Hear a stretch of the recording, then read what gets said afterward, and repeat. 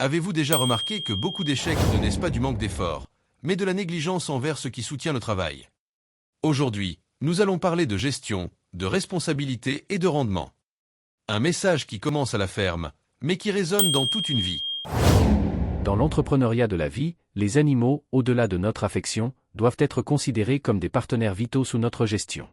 En tant qu'êtres travailleurs sous notre responsabilité éthique, ils exigent des investissements en soins et en nutrition, pas un excès de charge. Traiter leur maladie comme une priorité stratégique. Rappelez-vous, l'excellence avec laquelle nous soignons ces collaborateurs vulnérables définit le retour et la protection que nous récolterons dans le monde. Maintenant, laissez Apollo nous guider à travers une histoire qui traduit cette vérité en pratique. L'horloge marque 4h30 du matin. Le café est encore en train de couler, mais Elena enfile déjà ses bottes. À 28 ans, elle porte dans le regard le sérieux de quelqu'un qui sait que le temps dans les champs ne pardonne pas les distractions. Beaucoup, à son âge, recherchaient la facilité des villes ou la sécurité de postes bureaucratiques. Elena, en revanche, a choisi d'assumer ce que beaucoup évitaient, la gestion brute, réelle et exigeante de la production animale. Elle n'avait pas hérité de grands domaines, ni de structures en béton prêtes à générer un profit immédiat. Ce qu'Elena portait dans ses bagages, c'était le poids des livres de médecine vétérinaire, le diplôme de technicienne en zootechnie et une inquiétude brûlante dans la poitrine, comme une braise. La certitude que la production alimentaire n'avait pas besoin d'être un champ de bataille contre la nature. Elle voulait produire, oui, mais sans violenter ce qui soutient la vie elle-même. Sa routine commençait avant le premier rayon de soleil et ne se terminait que lorsque le silence absolu de la campagne n'était rompu que par le souffle du vent et le repos des animaux. Pour Elena, parler de vocation ne signifiait pas répéter des phrases toutes faites sur les réseaux sociaux. Elle voyait l'enclos, le pâturage et l'engraissement comme une gestion vivante. Chaque décision qu'elle prenait, depuis le choix de la semence de l'herbe jusqu'au dosage précis d'un complément, modifiait un organisme, un cycle et par conséquent, un résultat futur. Dès le premier jour, elle a établi un principe qui deviendrait presque dogmatique, le bien-être animal. Pour ses voisins, ce n'était qu'un concept abstrait servant à vendre de la viande chère dans des boutiques. Pour Elena, c'était le fondement structurel de l'entreprise. Elle comprenait la biologie.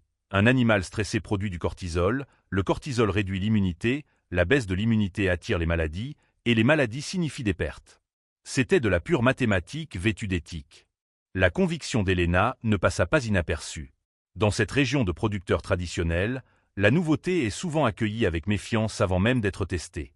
Tandis que les voisins cherchaient des raccourcis, augmentant la densité d'animaux par mètre carré, économisant sur la qualité de l'alimentation et reportant les traitements sanitaires pour boucler le mois, Elena suivait le chemin inverse. Elle investissait dans un management technique. Elle installa des abreuvoirs faciles à nettoyer, garantissant de l'ombre là où il n'y avait auparavant qu'un soleil écrasant, et établit des périodes claires de repos pour les pâturages et pour les animaux. Le contraste était visible à l'œil nu. Les animaux d'Elena étaient calmes, les lots uniformes, et l'environnement dégageait un ordre silencieux. C'est alors que les langues commencèrent à s'agiter.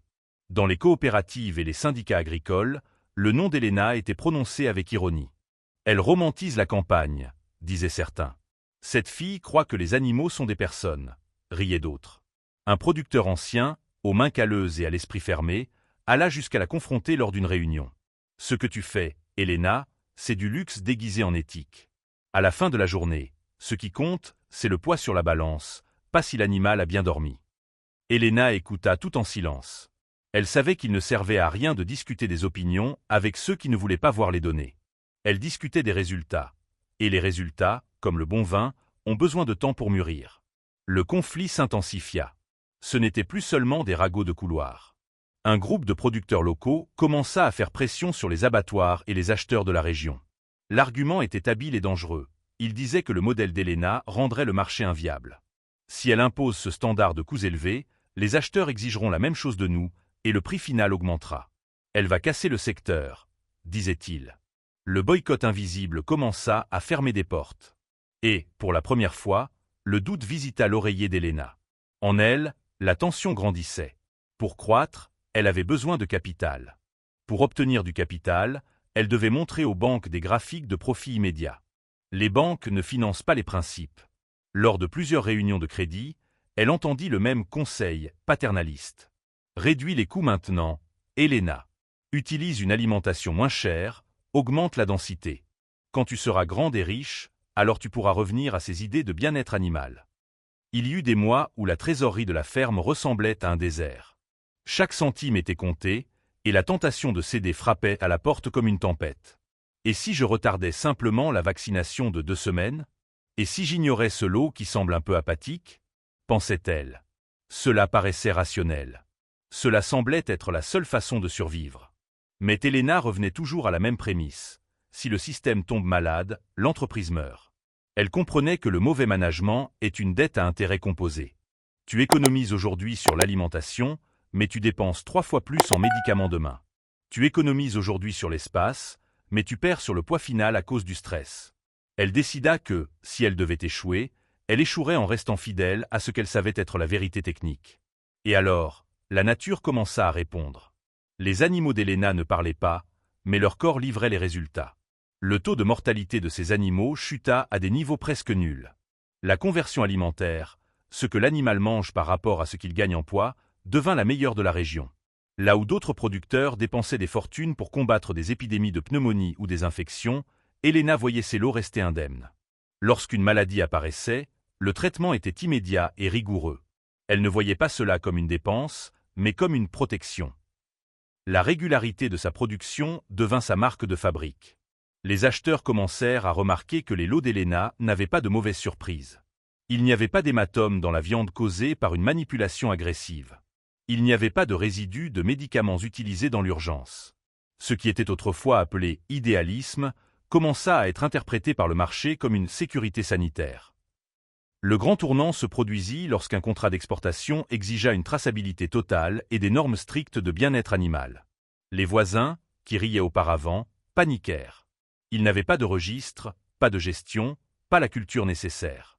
Helena, en revanche, était prête. Ce qui était autrefois appelé « coût » devint son plus grand argument de vente. Elle comprit qu'elle avait besoin d'une armée pour s'étendre.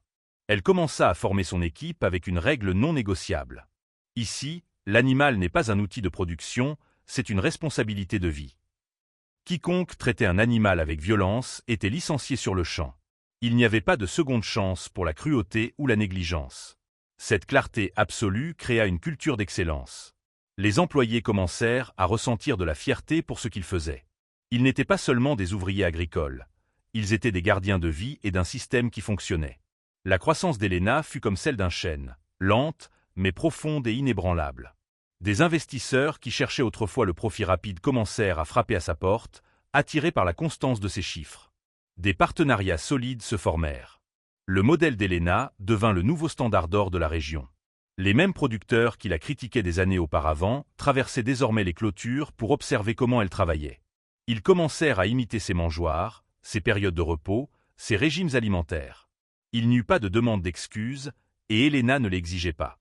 Elle ne cherchait pas la victoire morale sur les autres, mais l'harmonie de son propre écosystème. Voir le changement dans les fermes voisines était, pour elle, la plus grande preuve que son combat avait valu la peine. Helena ne transforma jamais sa pratique en tribune. Elle vécut simplement ce en quoi elle croyait. Elle savait, par expérience personnelle, qu'exploiter ce qui est vulnérable et ne peut se défendre exige un prix très élevé dans l'avenir. À la campagne, dans les affaires ou dans la vie personnelle, l'abus génère toujours l'effondrement. Son succès ne fut pas le fruit du hasard. Il fut le résultat de la compréhension d'une logique plus grande et silencieuse. Tout ce qui vit répond à la manière dont il est traité. Là où il y a du respect, il y a un retour durable. Là où il y a de l'intégrité, il y a de la pérennité. L'histoire d'Helena n'est pas un conte isolé de succès agricole. C'est un miroir limpide de la vie pratique et de l'éthique humaine. Son succès ne vint pas du rejet du profit, mais de la compréhension que le profit est une conséquence de l'ordre et du soin. Il existe des fondements chrétiens très anciens, des bases philosophiques et éthiques qui expliquent pourquoi la logique d'Helena fonctionne avec une telle précision. Ces principes ne sont pas nés dans les manuels modernes de gestion ni dans les laboratoires technologiques, mais traversent les générations comme des vérités universelles sur le caractère et la semence. Tite nous conduira maintenant à travers ces fondements profonds, révélant la sagesse qui soutient le chemin de l'intégrité. Avant de plonger dans les chiffres finaux, je vous invite à marcher avec moi à travers des paroles anciennes, mais étonnamment actuelles. Elles ne parlent pas de foi abstraite, mais d'ordre, de responsabilité et de conséquences. Le premier passage est dans les Proverbes, chapitre 12, verset 10, « Le juste prend soin de son bétail, mais les entrailles des méchants sont cruelles. » Cette sentence établit que le soin apporté à l'être vivant qui dépend de nous est la mesure du caractère d'un gestionnaire. Elena a compris que la justice appliquée au maniement n'était pas un coût supplémentaire, mais la recherche de l'équilibre. Là où l'homme est injuste envers le cycle de la vie, le système répond par la pénurie. Dans Matthieu, chapitre 25, verset 21, le maître loue le serviteur fidèle. C'est bien, bon et fidèle serviteur. Tu as été fidèle en peu de choses, je te établirai sur beaucoup. Nous apprenons que la façon dont nous traitons les petits détails révèle notre réelle capacité à gouverner plus grand. Elena a été fidèle dans les minuties invisibles, et cette fidélité a pavé le terrain pour sa croissance solide. Enfin, nous revenons à l'origine, dans la Genèse, chapitre 2, verset 15, l'Éternel Dieu prit l'homme et le plaça dans le jardin pour le cultiver et pour le garder. Cultiver et garder. Produire et protéger. Jamais l'un sans l'autre. Cultiver sans garder est une exploitation qui mène à l'épuisement. Ces paroles millénaires nous rappellent que l'éthique au travail est le seul moyen de garantir que le jardin continue de fleurir. Avec ce fondement sur le roc, Apollo nous conduira vers notre réflexion finale. En observant le parcours d'Elena, nous comprenons que cette histoire parle bien moins d'animaux que de principes universels. C'est un miroir placé devant nous. Tout ce que nous plaçons sous notre responsabilité répond de façon proportionnelle aux ailes que nous y consacrons. Elena a compris que la productivité sans éthique n'est que la consommation accélérée de l'avenir. Quand vous extrayez le maximum d'un système sans offrir de soins en retour, vous ne générez pas de richesse, vous anticipez un effondrement. En faisant du bien-être un dogme, elle a été la gestionnaire la plus pragmatique de la région. Elle a protégé la viabilité de son entreprise à long terme et créé de la stabilité là où d'autres créaient de l'usure. Avant de poursuivre, si ce contenu vous a apporté de la valeur, likez cette vidéo, abonnez-vous et activez la cloche. Vos commentaires sont nos boussoles. Ils orientent nos thèmes et renforcent l'esprit de cette communauté qui cherche l'action consciente. La logique d'Elena s'applique avec précision à notre foyer, notre travail et nos relations. Ce que vous surchargez aujourd'hui enverra la facture demain avec des intérêts élevés. D'un autre côté, ce que vous traitez avec respect et entretien constant construit un retour indestructible. La sagesse des Écritures présente le soin comme la stratégie de vie la plus intelligente qu'un être humain puisse adopter. L'excellence est fille de la constance. Celui qui apprend à soigner ceux qui ne parlent pas développe la sensibilité nécessaire pour diriger ce dont il est responsable. Cette histoire continue dans chaque décision que vous prendrez une fois cet écran éteint. Demandez-vous avec honnêteté, qu'est-ce que je cultive avec patience et qu'est-ce que je ne fais qu'exploiter jusqu'à l'épuisement? La réponse définira votre terrain dans 10 ans. Si cette réflexion vous a touché, une autre vidéo s'affiche pour approfondir ce chemin de conscience et d'éthique. Merci de faire partie de Pensez Fort. À notre prochaine rencontre.